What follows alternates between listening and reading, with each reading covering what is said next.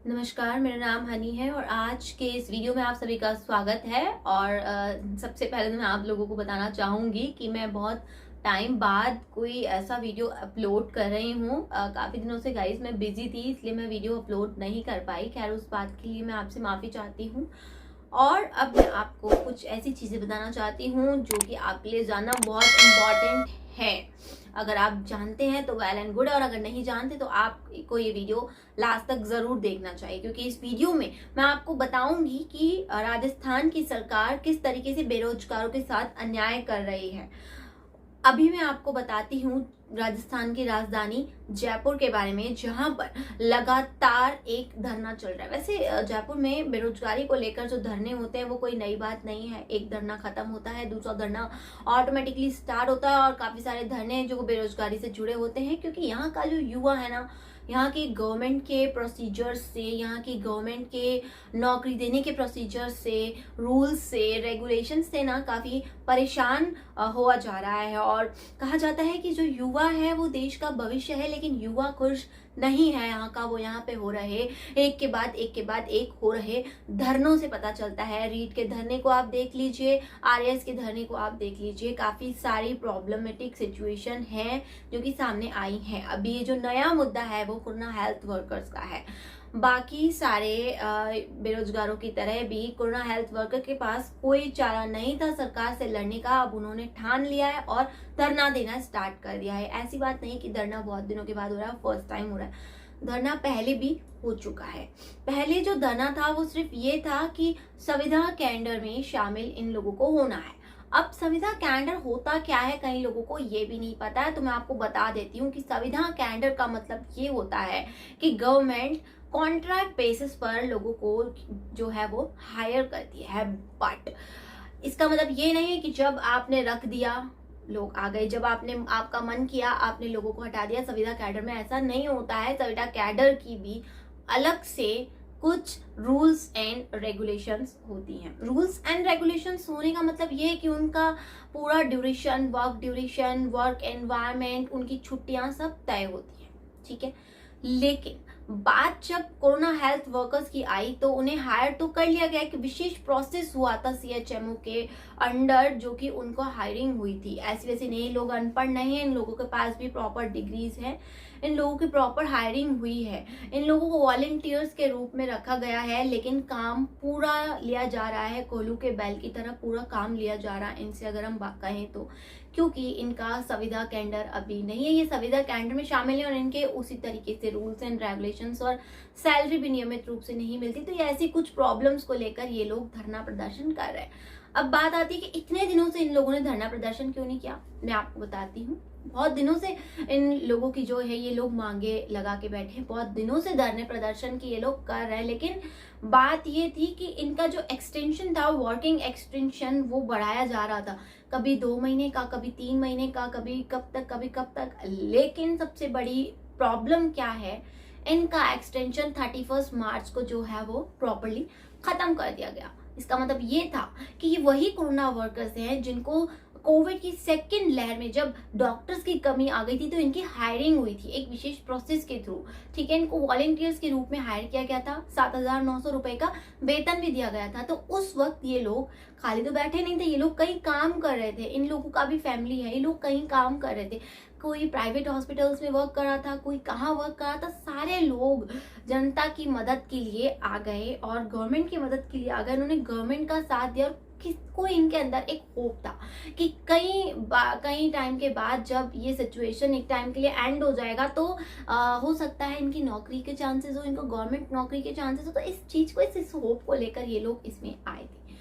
उसके बाद अब हुआ क्या कि सरकार ने इनके लिए कोई रूल्स रेगुलेशंस, कोई पूरा जो प्रोसीजर है वो तय नहीं किया था। प्रोसीजर के थ्रू इनको हायर जरूर किया गया था, लेकिन टर्म्स एंड कंडीशंस मेंशन नहीं थे कि इनको छुट्टी मिलेगी कि नहीं मिलेगी। प्रेग्नेंट लेडीज के लिए कोई प्रावधान अलग से है कि नहीं है, कोई ऐसा नहीं था। कोल्हू के बैल की तरह इनसे काम लिया जा रहा था और इनके अंदर भी एक होप था, एक समाज सेवा का भाव था। ये लोग समाज सेवा कर रहे थे। फाइनली अब बहुत सारे मुद्दे हुए, मुद्दा पहले से उठता जा रहा है, लेकिन जब इनका मुद्दा गर्म होता नजर आया और सरकार को लगा कि अब इनकी जरूरत गवर्नमेंट को नहीं है, तो गवर्नमेंट ने एक बहुत बड़ा डिसीजन लिया और वो डिसीजन ये है कि 31 मार्च 2022 यानी कुछ ही दिन पहले ये इनका एक्सटेंशन खत्म हो जाएगा। यानी कि इसका सीधा मतलब ये है कि ये लोग ना घर के रहे और ना घाट के रहे, पूरी तरीके से बेरोजगार हो चुके हैं। और हजार तो हजार लोगों की बात नहीं है, ये पूरे 28,000 लोगों की बात है। तो ये लोग चाहते हैं कि कुछ इनकी मांगे हैं जो गवर्नमेंट के द्वारा पूरी की जाए, अशोक गहलोत के द्वारा पूरी की जाए। इसी को लेकर ये लोग आंदोलन कर रहे हैं और आंदोलन करते करते इन लोगों को 6 दिन से ज्यादा का समय हो चुका है।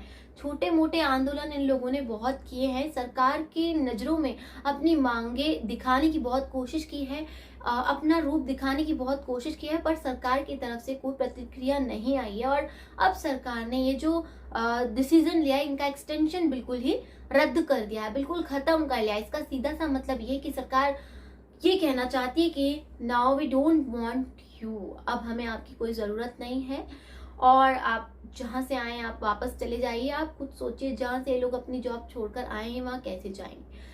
तो इसका सीधा सा मतलब ये है कि अब ये पूरी तरीके से बेरोजगार हो चुके हैं।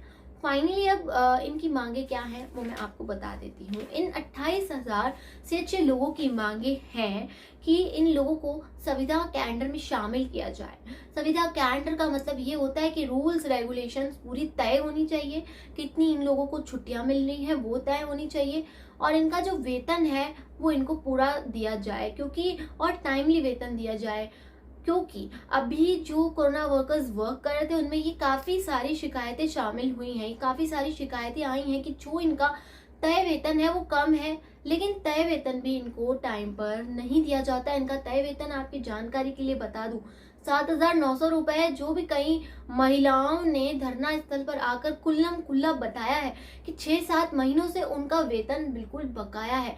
ट्विटर पर भी काफी सारे लोगों ने ये मुद्दा हाईलाइट करने की कोशिश की है। इस धरने के जो प्रेसिडेंट हैं, उनका नाम को प्रेसिडेंट है, वाइस प्रेसिडेंट है, उनमें से कई बड़े लोग हैं, उन लोगों के भी यही कहना है कि नहीं है, उनका जो वेतन है वो टाइमली नहीं दिया जा रहा है।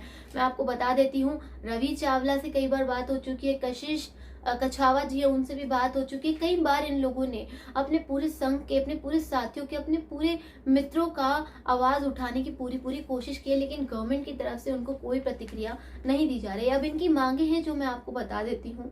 ये लोग चाहते हैं कि इनको संविदा कैलेंडर में शामिल किया जाए, यानी पूरे टर्म्स एंड कंडीशंस के साथ इनको लेटर दिया जाए और उसके बाद इनको जॉब पे हायर किया जाए और संविदा कैलेंडर में शामिल किया जाए, ताकि कुछ हद तक बेनिफिट इन लोगों को भी मिले और इनका जो वेतन है उसमें बढ़ोतरी की जाए। उसके बाद इनका बकाया वेतन है जो वो इनको दिया जाए।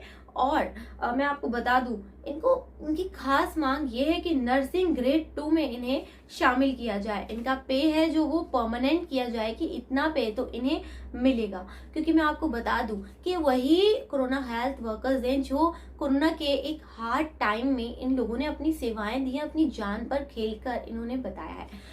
अभी मैं आपको जो बता चुकी हूँ ये पूरा का पूरा उनका साइड था, कोरोना हेल्थ वर्कर्स का साइड था। अब सेकेंडली बहुत सारे लोगों का कहना है, यानी गवर्नमेंट की साइड जो लोग कह रहे हैं उनका कहना ये है कि इन लोगों का जो धरना है वो धरना सही नहीं है। इन लोगों का जो देना का धरना है वो सही नहीं है, क्योंकि गवर्नमेंट ने जब इन लोगों की हायरिंग की थी तब ऐसा कोई विशेष प्रोसीजर के थ्रू इनकी हायरिंग हुई थी, मैं मानती हूँ, लेकिन कोई ऐसा विशेष लाइन इनको कही नहीं गई थी कि आप लोगों को हम गवर्नमेंट जॉब देंगे, आप लोगों को हम कोई आगे आपके चांसेस हैं। ये लोग अपनी मर्जी से आए थे।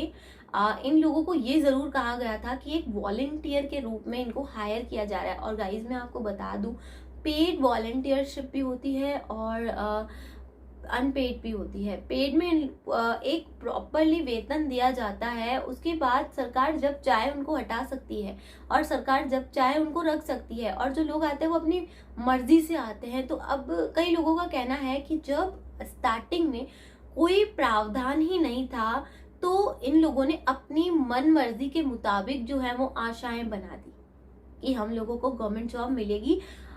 एक्सपेक्टेशन सरकार से काफी ज्यादा लगाने का जो हर्जाना है अब इन लोगों को भरना पड़ेगा। ये मैं नहीं कह रही हूँ, कई लोगों का कहना है, ट्विटर पे ऐसी कई बातें सामने आई हैं। फाइनली मुद्दे के दोनों पहलू मैं जो आपको वो बता चुकी हूँ। आगे देखना ये है कि ये विरोध प्रदर्शन कब तक चलता है और क्या सरकार इस पर कोई प्रतिक्रिया देती है। और सबसे इम्पोर्टेंट बात, सरकार प्रतिक्रिया देती है नहीं देती है वो बात की बात है, लेकिन सरकार को क्या सीरियसली इस मुद्दे पे प्रतिक्रिया अपनी देनी चाहिए या नहीं देनी चाहिए। एक उधेड़ बूंद में मैं फंसी हुई हूँ। मेरा एक पर्सनल सवाल है आप लोगों से, अगर आप चाहें तो आप अपना आंसर कमेंट्स में ज़रूर बता सकते हैं। और आज का ये वीडियो यहीं ख़त्म होता है। आगे और भी ऐसे वीडियोस देखने के लिए आप चैनल को ज़रूर सब्सक्राइब कीजिएगा, वीडियो को शेयर ज़रूर कीजिएगा और लास्ट तक वीडियो को देखने के लिए आपका बहुत बहुत धन्यवाद।